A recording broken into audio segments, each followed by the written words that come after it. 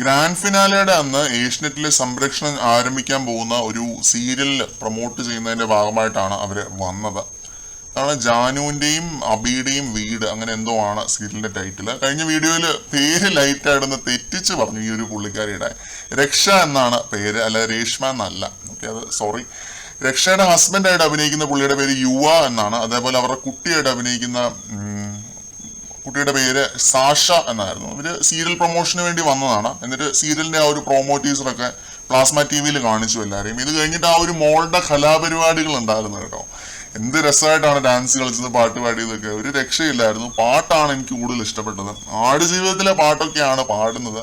പെരിയോനെ ആ സോങ്ങൊക്കെയാണ് പാടുന്നത്. പിന്നെ ഇല്ലുമിനാറ്റി സോങ്ങിന് ഡാൻസ് കളിച്ചു. റാംബോക്ക് ഉണ്ടായിരുന്നു. അല്ല, കുട്ടിയുടെ ഒരു ഭാഗ്യം നിങ്ങളൊന്ന് ആലോചിച്ച് നോക്കിയേ. 5 വയസ്സുള്ളപ്പോഴേ ബിഗ് ബോസിലേക്ക് ഒരു എൻട്രി. 5 വയസ്സ് മറ്റേ കാണത്തുള്ളൂ. പ്ലാസ്മ ടിവിയുടെ മുന്നിൽ കഴിവ് പ്രദർശിപ്പിക്കാൻ ഒരു അവസരം. വേറെ എന്നാ വേണം ഇനി?